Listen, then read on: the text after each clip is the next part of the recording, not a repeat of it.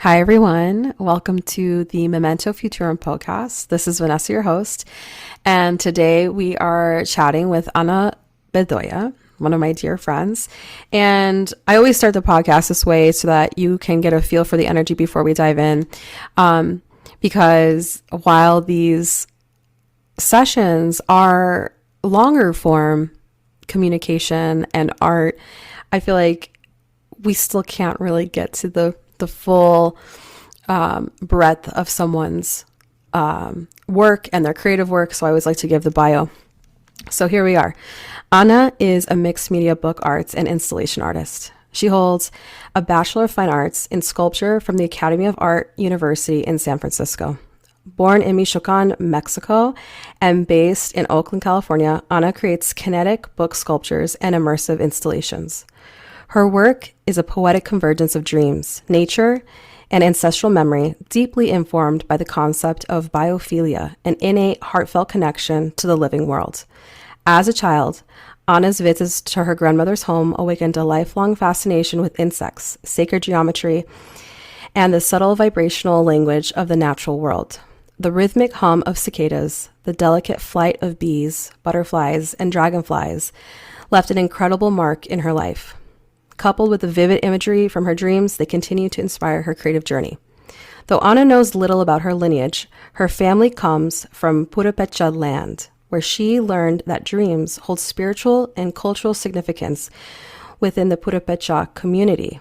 She became more attuned to her own dreams. And through this lens, her art becomes both a deeply personal journey and a collective offering in celebration of the natural world and ancestral wisdom. Ana leads one-on-one and group bookbinding workshops and is also a sound bath facilitator, Reiki master practitioner, and co-director of Aguas Migrantes Artist Residency. Welcome, Ana. Hello, thank you. Thank you for having me. I'm so excited to chat with you. Ana and I have been friends and colleagues for a long time. I want to say it's been like 8 years. Yeah. And if you guys could see me now, I feel like I look like I'm holding a secret in my face. But I always like to share about how I've met the wonderful artists that we're chatting with. So, Ana, do you want to share this story? Because it's an incredible story. Sure. So I met Vanessa in a dream. I had a dream where someone was talking to me in this different language and I didn't understand what it was, but then I knew I had heard of like soul language, light language, different terms. So after having that dream, I wake up and I start Googling and researching about that. And I start to look at videos and stuff. And I bumped into yours when you used to do that stuff Mm-hmm. on, I think it was YouTube. Mm-hmm. And I saw your face and I'm like, oh my gosh, that's the person. And then I kind of a little bit stalked you. And I would listen to other videos that you had shared of just kind of like who you are, where you started and whatnot. And then I went to your website and I saw you were going to do a sound bath in the Bay Area, I think. Wow. Uh-huh.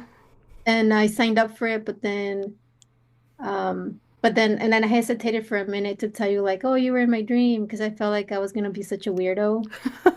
And then I finally did, and now we're friends. So, yeah. Mm-hmm. And I also remembered that dream because I remember being in a dream where I was biking in a city in Mexico. I didn't really know where I was. I was just like, wow, it's really crowded here.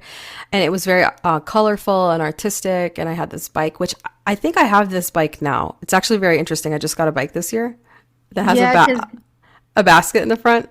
Did you see yeah, it? yeah, yeah. Oh my gosh, yes. Because when I saw you, you were standing next to this bike. And when you were describing that to me, I'm like, oh my gosh, yes. And so, yeah, every time you say that, I geek out because it's true. Yeah. The bike is like our signature friendship symbol, I feel like. And when you were here in Vegas, did you see the bike? I don't know if you saw Yeah. it. Oh, you did. Yeah. Uh-huh. So she came to Las Vegas to assist me with a Joshua Tree retreat that we just had. It was called Elevate Retreat over the equinox. So yeah, this is how Anna and I met. And it's an incredible story. And maybe for some of you listening, I doubt it because I think everyone's on a similar wavelength that's listening. But maybe it's like, whoa, what are we talking about here? Meeting people in dreams. But I will say that we're all connected and we're all traveling together in soul groups. And I feel like oftentimes the people that we dream of are people that, yeah, we know in waking life already, or maybe they're people that have passed on or ancestors. But a lot of times they're people we're about to meet. And for me, that was Ana. Excuse me. Yeah. So, yeah, that's an incredible one. And I always like to share that because it reminds me of the magic of life, you know. Anyway, wow. I wanted to have you on because I think you're an incredible artist. And she dreams so vividly. First of all, your dreams are incredible. It just, everything's so alive, everything's very colorful. And the way that you see the world, I think, is so incredible. It's so colorful. And I feel like every time I talk to Ana, there's something new that I'm learning. Like, oh, I had no idea that you did this thing, or I had no idea that you did this thing. And I love people like that, that it's just a constant exploration and like, oh, wow, I didn't know you were involved with so many cool things. And so, and because you are an artist and you are a teacher, I feel like you have a lot to share with this community, the Memento Futurum community around creative process. So yeah, we'll see where this session takes us today. As always, these are very liminal space, dreamlike sessions. It's not even a call. It's not even just a podcast. It's truly weaving poems together. So yeah, I wanted to ask you first, maybe starting from the beginning, because it's always really amazing to hear an artist's story and framing them as a child, like from your childhood or maybe from your early beginning days. Is, I guess, when did you know you wanted to be an artist, or like when did you know you wanted to work with visual art in this way? So it's funny because, or it's not really funny, but it's funny. I was in third grade and I always wanted to just take art classes because the school that I went to, you rotated from art to music to choir and other things. And I liked the singing because I was like, it's fun and who cares if you didn't sound good or whatever. But then I liked the art part because my teacher was also really awesome and really encouraging. Hmm. And in third grade, one of the assignments that really stood like to this day in my mind is I forget what you call it, but I know it's really common. You're sewing almost like sacred geometry. Mm-hmm. And so she was having us sew different colors and different sacred geometry. And I remember at that time thinking like, oh my God, this is so amazing. And I remember being so excited because also seeing my mom that she would do embroidery and stuff. So I related to that Wow. way. And I was like, oh, it's kind of like what my mom does, but different. Mm-hmm. And I remember just being so excited. I go home, I tell my mom, I don't even know if my mom remembers or not, but and so then every time that someone asks me that question, that's literally rem- where that came from. Wow. And I think that really brought my curiosity to sacred geometry. So then later, um, I mean, I still use sacred geometry because Mm-hmm. it's everywhere, you know. Mm-hmm. Yeah. So that's kind of where it started. And then I just kept taking classes. Every time that we had art assignments, I remember in sixth grade, Mr. Dutton, shout out if he ever listens to this.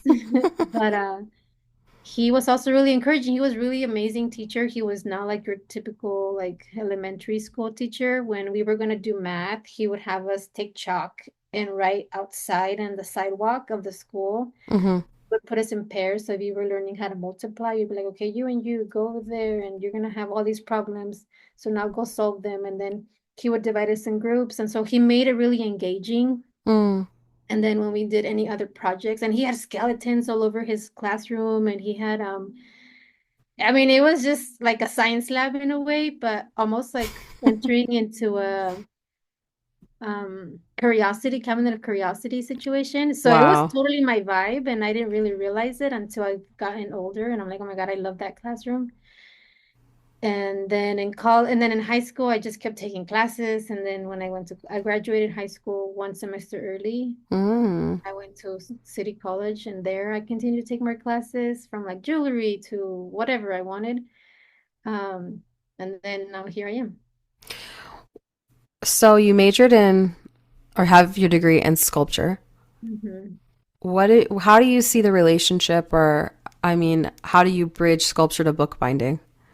So when I was in school out here, I first came to San Francisco to go because I thought I wanted to do 3D animation. So I went to a different school. But when Wow. I realized how much computer stuff it was gonna be, Mm-hmm. I thought, okay, this is not for me. And then I took one sculpture class because part of being a 3D animation major, you had to take 2D animation, and you had to create the sculpture of that character, and you had to draw them in like the front, the side view, three-quarter view, so that you can really like draw, so doing all those sketches and stuff. And I was like, I like more the hands-on.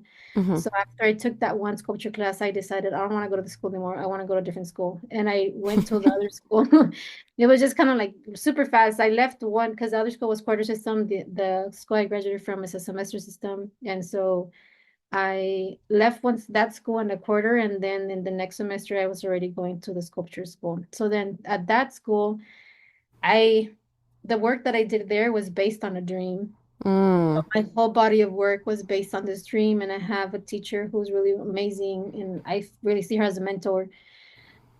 She's still currently a really well artist, but she kept telling me, "You need to take bookbinding. I think you would really enjoy it." Based on like all the different work that I had done, and that she knew about my body of work and how it was growing. Wow.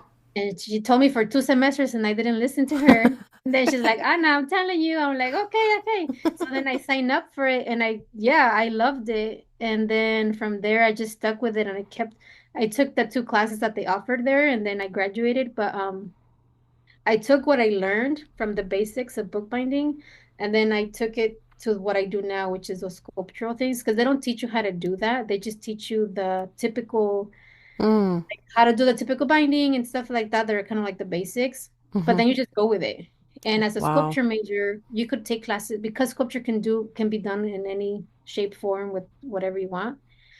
And that's what really gave me the opportunity to take classes in anything that I wanted. I took welding, I took jewelry making, and then I stuck with bookbinding for a few reasons. One, because I love it. It's still very sculptural because Mm-hmm. I make those boxes that open up and stuff. And because I can actually do it almost anywhere on the planet, and I don't have to, yeah. Okay, real quick. Yeah. Everyone, while you're listening to this, if you want to see what she's talking about, go to anabedolla.com, ANABEDOLLA.com. And there's a video right there on that main page.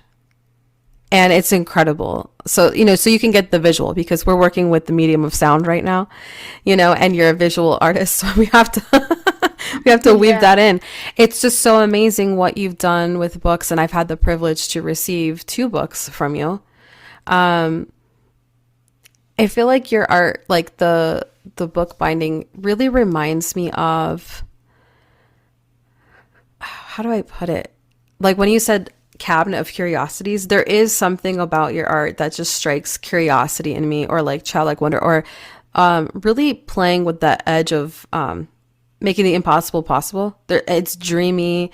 There's something there that I'm just like, I wouldn't have thought this. Like I wouldn't have thought to do it like this, you know? Yeah, the one that you just saw on my homepage where you're talking about my website, that piece, it's called Movimiento Ilusivo, Jugando con la Naturaleza, which means elusive movement, playing with nature, because Okay. it's very like elusive in terms of me trying to encompass in one solid thing Mm-hmm. all of these ideas, these concepts, this imagination that I tap into when I'm on the other side of my pillow. And then really here as I'm playing, walking around in nature. And I want it to be so playful, but also um, how do I capture all that? And it comes with movement. So that's why I really wanted to keep the Mm. movement, because it gives it another element. And a lot of book arts and a lot of bookbinding can sometimes be stagnant, but there's simple things you can do to make them, to even just take it to the next step kind of thing. Mm-hmm. And in that piece on the actually two of the pieces on my website, I've used real bumblebees that I found outside dead, and I pinned them Whoa. because I do bug pinning also. Mm-hmm. And I pinned them. So when I found it, I was like, I want to honor this little bee somehow. Mm-hmm. And from there, the very first kinetic sculpture that I did was kind of based off of this little bee. And then fast forward to the last one I did, I found another one. And I'm like, okay, I want to do the same thing, but I want to make it bigger and a little bit make it different. Mm-hmm. And um and so yeah, I it's just how it and because it's so elusive in that way that I didn't even know what I was gonna call it until one day I was done with it, and then I'm like, okay, what is the title for this piece? And I'm like, okay, I'm just gonna go to sleep, and then in the morning I'm gonna know. And I knew in the morning. So it's It came just to you in a dream, or you just woke up with it, or? I heard it. Mm-hmm. I heard it in my dream. So then I woke up, I'm like, oh, that's what it is. Oh my And gosh. for, I mean, you know me more now because also like we've done the retreats or whatever, but Mm-hmm. I can be kind of childlike in a way where I like to laugh and I'm Mm-hmm. like, I don't know, not that I'm childish per se, but it's just fun to have the color and the playing and Oh, all for that stuff. sure. Yeah. And so I want to bring that into it too because it reminds me, it's almost like it reminds me of also my third grade self, you know. Mm-hmm. Mm-hmm. So I mean, there's that, the idea, the concept that we are our inner child, we're our inner teenager, we are all of the phases of life in one. We are the inner elder as much as we are the adult. Um, I love that you said that because I think a lot of people forget, the inner child, the inner teenager, they forget that initial spark. They forget why they're doing what they're doing, who they're doing it for, or just to see the world with those childlike eyes. And I think it's such a beautiful, useful, not even tool. It's just like, to bring that gift to the world. We need artists in a time of like deep forgetting, when we need to remember. But yeah, I feel like your art, it does have a lot of movement. It does include a lot of nature. It's very multidimensional and it's very liminal. At least this is my experience of it. Um, I'm like, this is what your art is to me. To me. um, to me. But what was I going to ask? Because I had a question in there. I'm still not over the main page video and just mm, how that whole thing works. Um, yeah, the movement I think is the most incredible part for me with your art, like how you end up putting things together, because things will open that I'm not sure where they're going. Like yeah. almost like it's a surprise. Yeah, there's another one that's on my website too that I did a while ago, and it opens in a spiral, Oh. and it's about butterflies. Um, and that one, it's funny because someone's like, "How do you get inspiration for that one?" I was like, "Well, let me tell you." So my mom, she makes this pan that we call gorditas, and then sometimes, like if you cut them like this on top, like tic-tac-toe, Mm-hmm. when bread bakes. Yeah, like kind of. Yeah, so it's like there's breads that if you cut it, I mean not if you cut it. There's breads that I've seen that when you cut it like that, like it expands, right? And so I was like, Mm-hmm. oh, maybe I could do something that has like this kind of shape, which is um the the pentagon shape, but in a 3D way. And in Oh, my mind, I thought I was gonna be making more like a sphere, but then I okay. was putting it together and it started spiraling out, and I was like, oh my gosh, that's even better. And so then I got the shape, and then out of the shape, I'm like, oh, it kind of looks like a cocoon for butterflies. And then the spiral as like the Fibonacci or the golden ratio. Mm-hmm. Mm-hmm. And so then I just went with it. And then I that's how I um so it started with bread and then it became So that was what I was gonna ask about is like your process. So like you just described, a process, but this is such a loose question, but I want to ask it. Like, guess what do you feel is your process? Like, how do you kind of move from idea to creation? Yeah, so I think part of it is really well, one part is like I go to nature a lot, right? Mm-hmm. And so then it's just I just get inspired and then I just want to do so many things, but then it's like, okay, I can't do everything at the same time. So then I kind of just look at all the materials that I have, and then I do sketches, and it's just what's the feeling that I want out of it. Not so Mm. much like the look, but how do I want it to feel when it's done, Wow. so that the person, when I'm showing it or presenting it, there's like a feeling that comes off of it versus like a visual at first, because you see it and you're like, oh, it's captivating or whatever. But then when you see the motion of it, then you're like, it almost is like it gives you like a gasp, like, Mm-hmm. you know? And so I want that feeling. I want to invoke feeling, not Mm. so much, just kind of like a reaction, like, oh, I want to see how they're gonna react.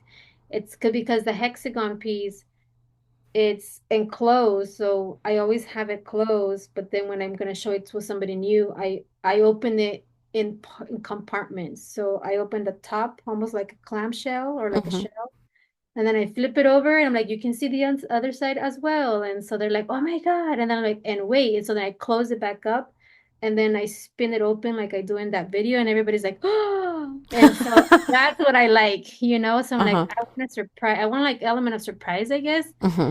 And so then I draw out the mechanics of like I want it to open in this way. And then once I figure out how I want it to open, then I start to do the rest. So once I know how I want it to open, so okay, I'm making a new one Mm-hmm. and it's gonna open like a flower. So in order for Whoa. it to open like a flower, I had to figure out the mechanics. I knew I wanted it to open like a flower because it's gonna be dedicated to pollination and pollinators. And Mm. I mean, not that they're not all already because of the bugs, but this one's more specifically down that route. Um, and so it actually is a hexagon also, but you open it manually, like one quote unquote petal at a time, which is a side, one of the six sides at a time. And then it Uh-huh. lays out flat. And I've done it to where like I string a string around it, and when you pull it opposite, it closes up. And Oh so my it closes the gosh. flower. So that's the one that I'm working on right now. I feel like I'm speechless. I can't even wrap my head around it. Yeah, I have the maquette, but I don't have the final piece. But I first came up with the design of what it was. Then I was like, I wanted something for pollinators. Okay, how do I want to like engage with it? And Mm-hmm. then I came up with a design, and then now I'm doing the art. Oh my gosh. I feel like we need to see like a start. I would love to see a start to finish on this situation when Yeah. it's done. Oh my gosh. I think it's going to be amazing. How do you feel like you weave in the work piece? Because I know you're such an avid lucid dreamer. Like, how do dreams filter into art, or vice versa? Yeah, so the other ones that I have done have had fictional insects incorporated that are for my dreams. Oh my And gosh, yes. so I mean, remember the one I was sharing with you that it was like a gold like bug that flew by me and I was like, "Whoa." And so I take from those imaginary or like whatever dream like or dream bugs Mm-hmm. and then I bring them here to this plane, so I ground it in here through my art. In the next one that I just shared, I want to do actual, bugs that exist on this plane. Uh, Mm, but in the previous projects, I've done a lot of the ones that I see in my dreams or plants, and so that's how I pull it in. wow.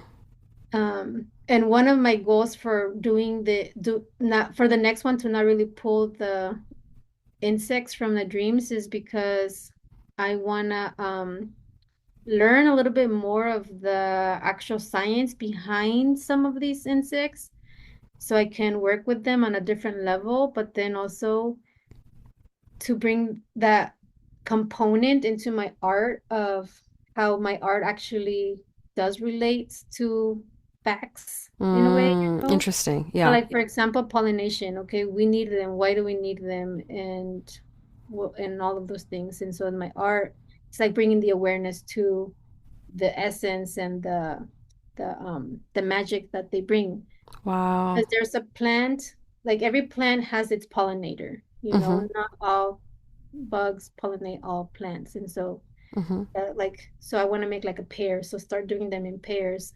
And then Mm. eventually if I feel like, oh, I want to start doing more dream things, then I'll incorporate the dream things. But what I will incorporate in my art always is the dream language. So when I dream about certain bugs, sometimes, not all the time, I can hear how they sound. And so I try to write that on the border of my art. So the one that you were talking about, that's on my Mm-hmm. website.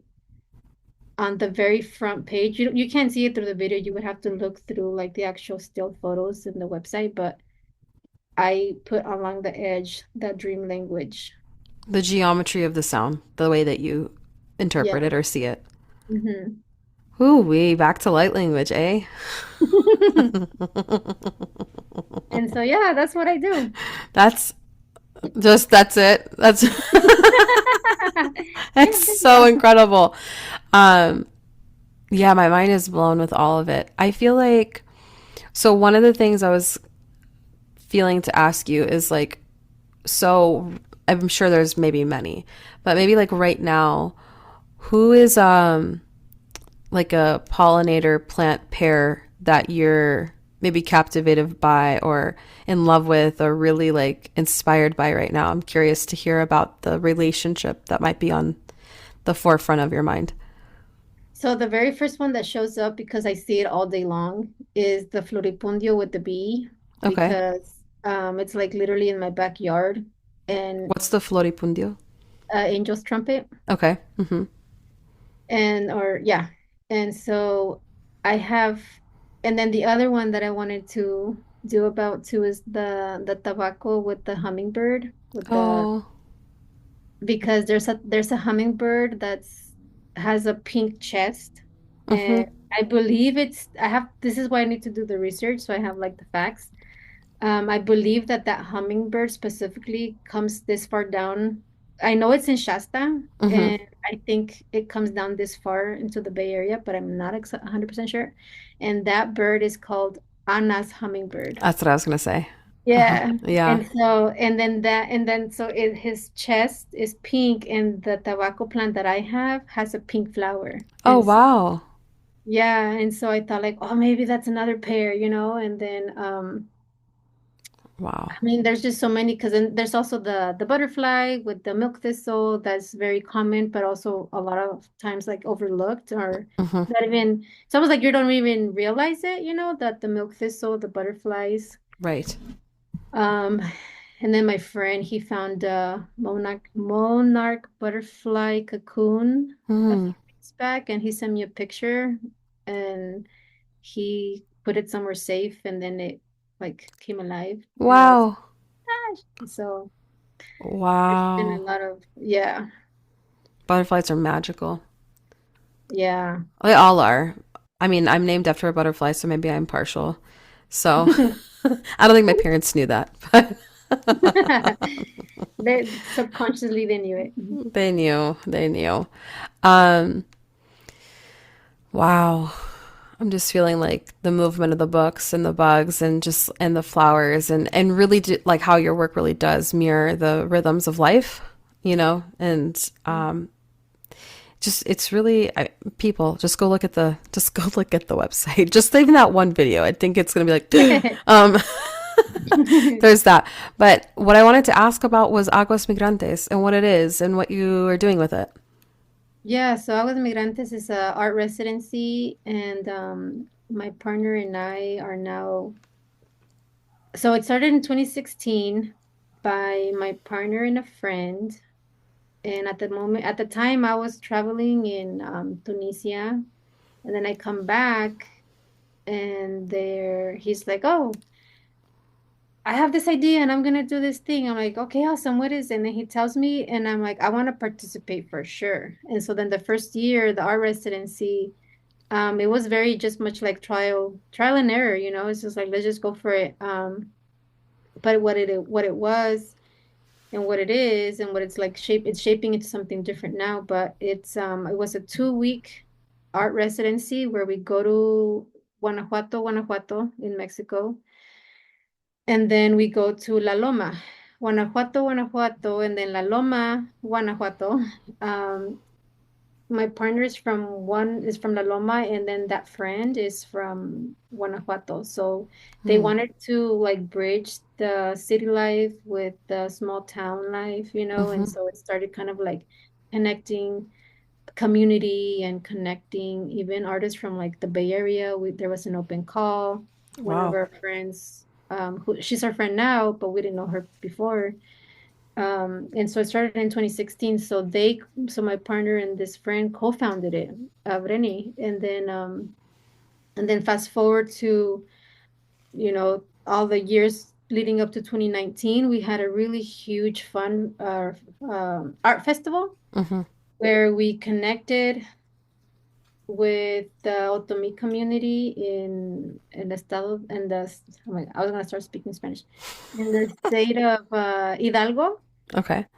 And so our friend Omar connected us with elder, one of the activist elders in Zacacuautla, Hmm. Hidalgo, who she's a forest protector, and also she is, because of the illegal for deforestation, she's also cultivating mushrooms, and so Wow. we learned a lot from her on like the process of how she cultivates it. We did so what we do, so like I'm kind of going all over the place, but what we do is we teach workshops for free to the communities, Hmm. and then the community is like it's a cultural exchange. Okay. And so we go and we teach something. Like I've taught bookbinding, Hmm. and we talk about the importance of the trees and whatnot, right? And Wow. then in exchange, the community just they invite us, and it's a very like we learn from them of their culture and all the things that they do, and then we try to incorporate what they've taught us into workshops. So that Mm, like very hand like reciprocity, right? right. And in the past, so we've always done like small community to a larger city. So in Hidalgo, we did that. And we went to that small community, but then we did something bigger in Tenango de Doria, which is also in Hidalgo. And there we collaborated with a bunch of other art collectives, muralists. Some people did some like, there was a girl that did jewelry, just different things, and hip hop and rap and like Wow. different singers. And so we connected with a bunch of different community members and collectives and this stuff there. And we did an art festival. And Hmm. then we also had a international art film component to it. Uh, Mm. and so the first year I participated as an artist. And then after the first year, I was like, I want to be I want to help. And so I started helping with like organizing and, being part of the collective. Hmm. But then obviously 2020 happened. So in that year, we did a art film festival only because it was online. Okay. And we call it Ojo de Agua. And Ojo de Agua means like where the eye of the water, where the water is born.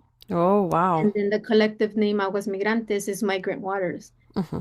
And so, but then, we just kind of like a lot of things happen, obviously. So then in 2021, my partner and I decided that, you know what, every time we go to Mexico with Aguas Migrantes, we when we go to La Loma specifically, we're always asking somebody like, hey, can you host us or can we rent your house or whatever, And Hmm. so we wanted to have a space that was where we could host Aguas Migrantes. And so since 2021 until now, we've been building this project, and it'll have like a little workshop space that then it'll be a gallery. Wow. Yeah, and we still want to do the cultural exchange. We want to connect with different community members and just other place because we've made so many relationships in all the years that we did. I Hmm. wasn't this, before the 2020, and we want to like reconnect with some of those communities and just make new connections, and bring people from the US there that are artists who want to also do have be part of that cultural exchange. Mm-hmm. Um, and it could be anything from like myself who does bookbinding, or someone who does painting, or even someone who does like poetry or writing, it's just like all across all the board, like all the artists. And, Wow. and so right now we're almost at the end of the building process, or we're done building. It's just we're almost done, but I think in 2026 is when we'll be like completely done. I was listening to you. Migrant waters. The waters are migrating to my legs. Somehow my cat got into my water.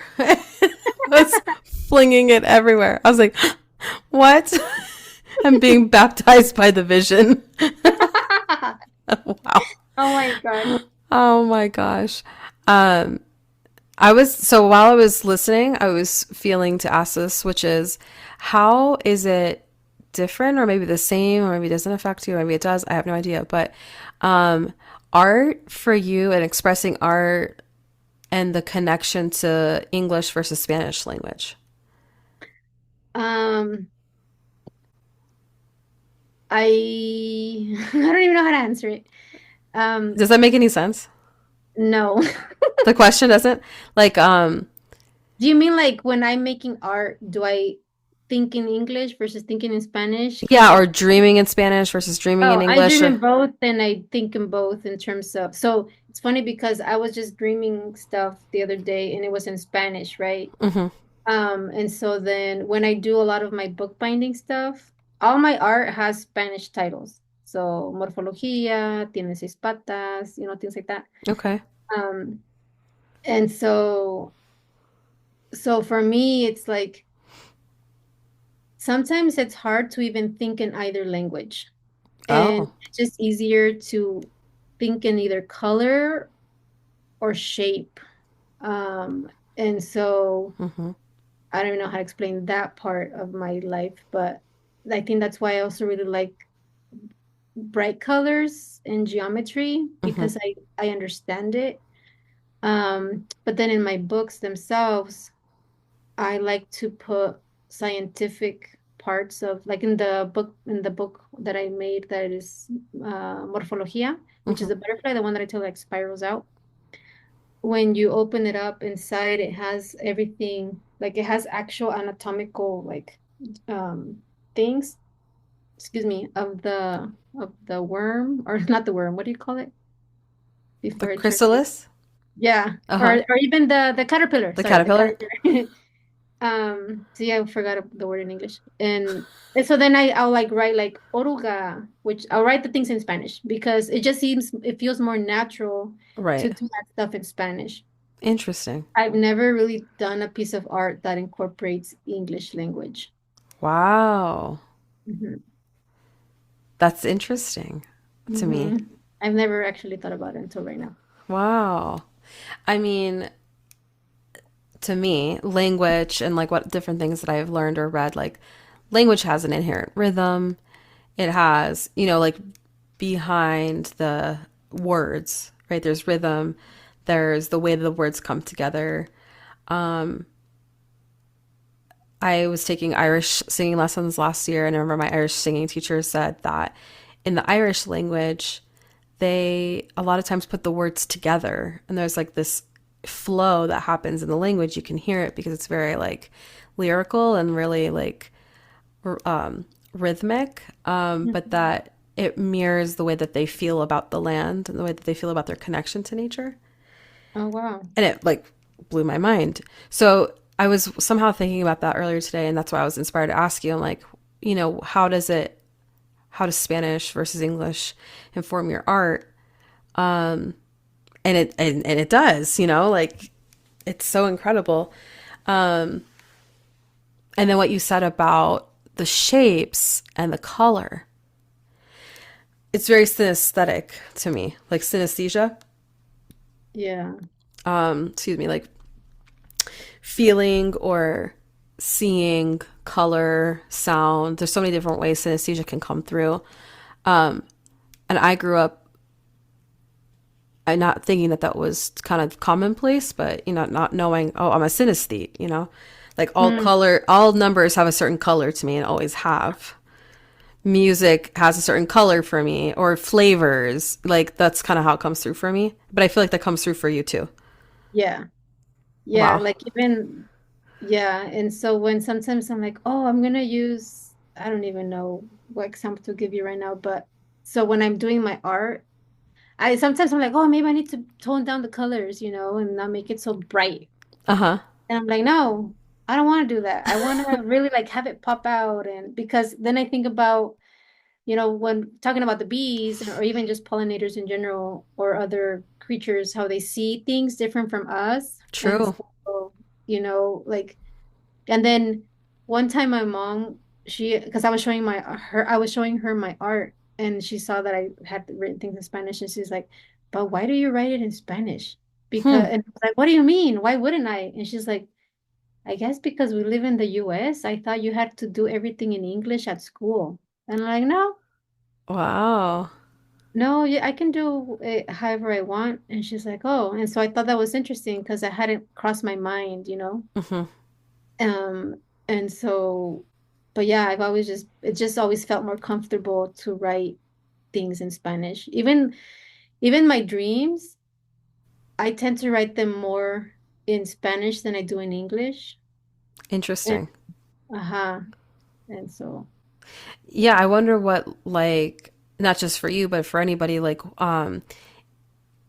and every artist is different, but based on language. Like I would love to see art based on language and just see if there's similarities or the way that you see the world, the undoubtedly to me the way that you see the world because you're a Spanish speaker is going to be different than me as an English speaker, like a primary like native English speaker.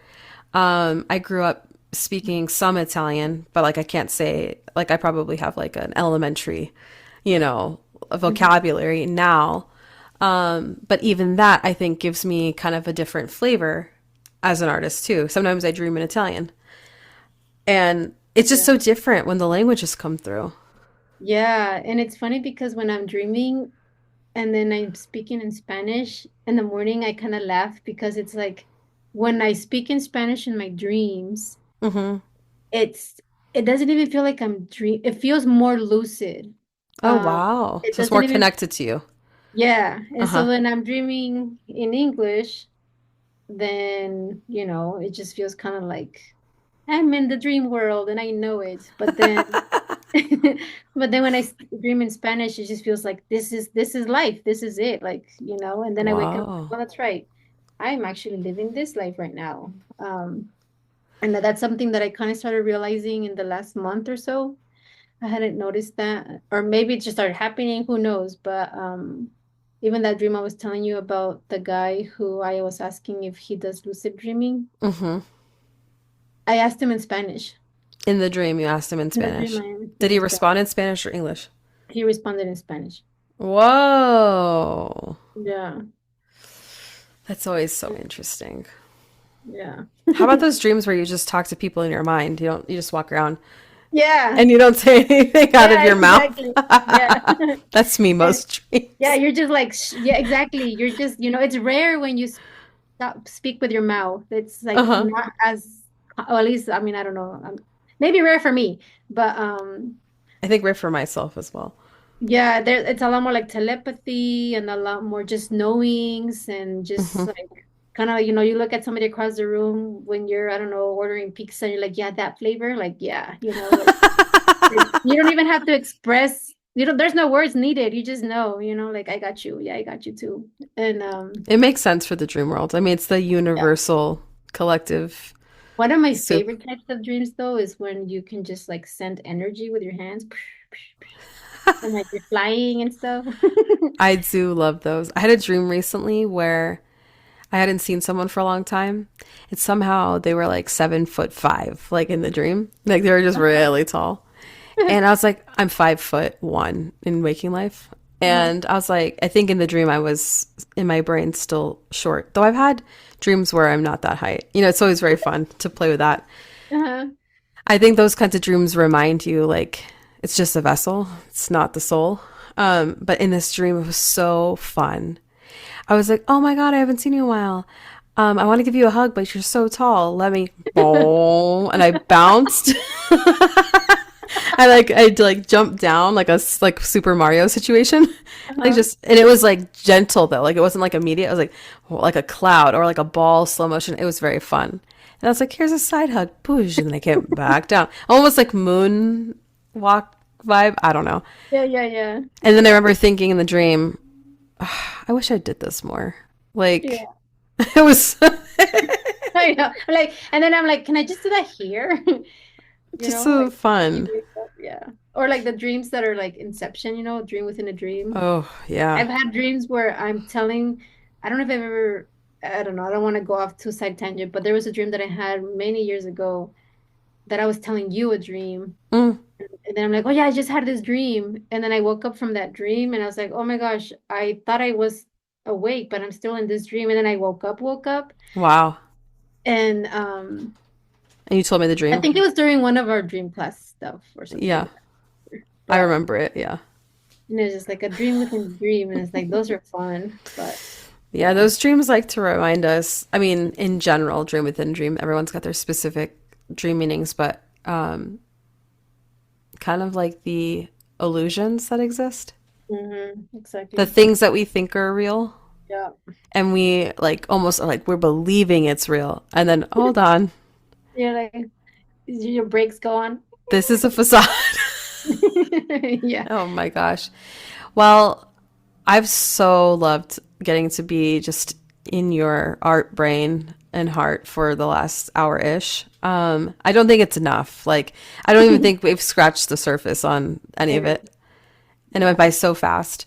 But before we close, is there anything that you want everyone to know about how to connect with you or anything coming up for you?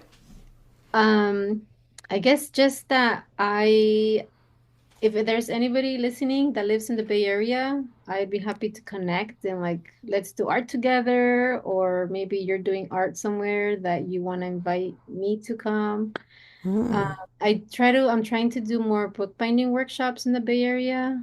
mhm. Um, and I want to post those on my website, so hopefully I line those up. I'm doing some through where I work, and I work at Root Division. Shout out to Root Division. Ooh, Roots of Vision. Yeah.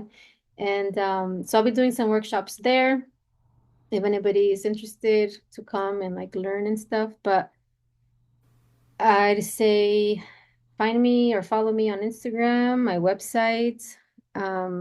I also do sound bath facilitation, and I want to do some for teachers or people who work a lot with serving the community, Hmm. because they also need to be, helped Hmm. or like, assisted in a way. So, yeah, if anybody has any connections that they're like, oh, I know of a group of teachers or whatever, I'm Oh, I love happy that. to assist in that way. Yeah. We'll put that all in the show notes too. It'll be there Hmm. for everyone. And yeah, I'm just so thankful to get to connect in this way, to be your friend in this life. Thanks for writing me the email about the dream. Because if Anna didn't write me, I would have just been like, okay, I dreamt about being on a bike. And seeing this girl riding through this bike. I'm pretty sure there was a baguette in my basket. I was probably traveling with bread. Um, That's where the and bread idea came from my art piece. hey, the inception. I'm kidding. But hey, Yeah, you never know. you never know. Anyway, bye everyone. I hope that you enjoyed this episode, and I would love to hear from you. Please write me, and yeah, until next time. All right, bye everybody.